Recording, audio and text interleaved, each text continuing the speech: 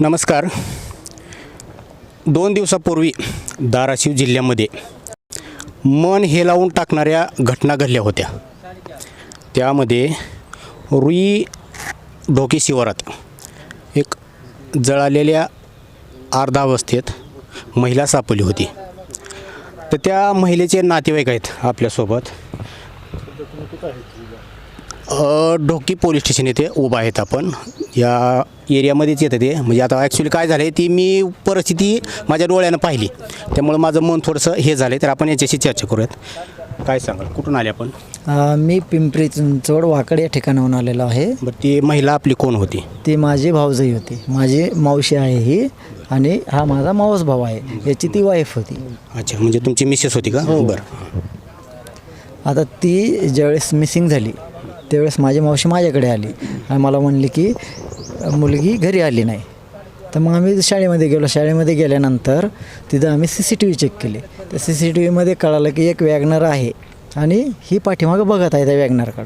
त्यावेळेस आम्हाला ते डाऊटफुल वाटल्यानंतर आम्ही ती पुढच्या लेंथमध्ये परत चेक केल्यानंतर तीच वॅगनर आणि मुलगी वॅगनर पुढे आणि मुलगी पाठीमागे ते दिसल्यानंतर आम्हाला अजून डाऊट आल्यानंतर आम्ही पोलीस स्टेशनमध्ये गेलो आणि सांगितलं की हा मुलगा जो आहे ही गाडी. म्हणजे तुम्ही मिसिंग कंप्लीट केली लगेच? हो, मिसिंग कंप्लीट त्याच दिवशी केली, पण संध्याकाळी 6-7च्या टायमिंगला केली.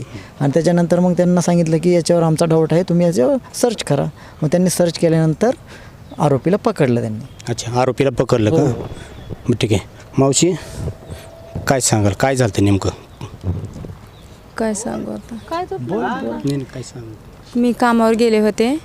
मग कामावर गेले तर मग मला मुलाने फोन केला. शाळेत पोरगं होतं थांबलेलं. 11:30ला शाळा सुटत होती. मला घरी येऊस तर 12 वाजले. मग मी घरी आले. ह्यानं फोन केला मला. म्हणलं आई पोरला गेला, राणी काय गेलीच नाही, तू जाऊन पोरला घेऊन ये. मग मी घाई उठले. माझ्यासोबत कुणीच नव्हतं. मग मी या माझ्या मुलाकडे गेले. त्याला म्हणलं चल म्हणजे बाई ही पोरगी काय आलीच नाही राणी अजून घरी. मग मी त्याला घेऊन गेले. तिथून पुढं मग ते आम्हाला कळलं. बरं राणी, त्यांना काय मूल वगैरे आहे का? हो, आहे ना.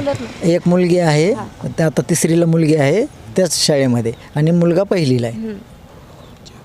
तर आपली शासनाकडे काय मागणी आता? माझी शासनाकडे एवढीच मागणी आहे, जे काही असे क्रूर हत्या केलेली आहे त्याला कडक कारवाई झाली पाहिजे. आणि माझ्या मते तर त्याला फाशी झालीच पाहिजे. त्याच्याशिवाय तिच्या आत्म्याला शांती मिळणारच नाही.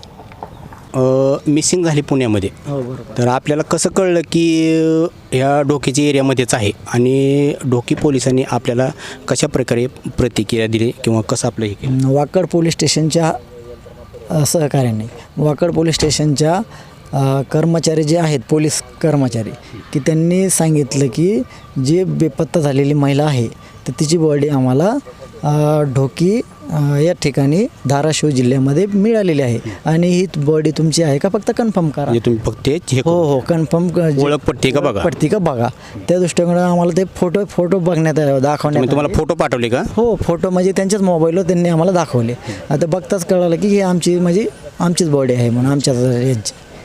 त्याच्यानंतर मग आम्ही इथं सकाळी 4:30ला इथं आलो. अच्छा, म्हणजे ढोकी पोलीस स्टेशनला आलो. त्याच्यानंतर इथं आलेलं आम्हाला भरपूर पोलीस सहकार्य इथून भरपूर मिळालं, आणि त्यांच्याकडून आम्हाला खूप मदत झाली. आणि त्यांनी एवढं आम्हाला सहकार्य केलं, ते एवढं म्हणले की याला आम्ही लाईफ लावणार, म्हणजे लाईफच लावणार.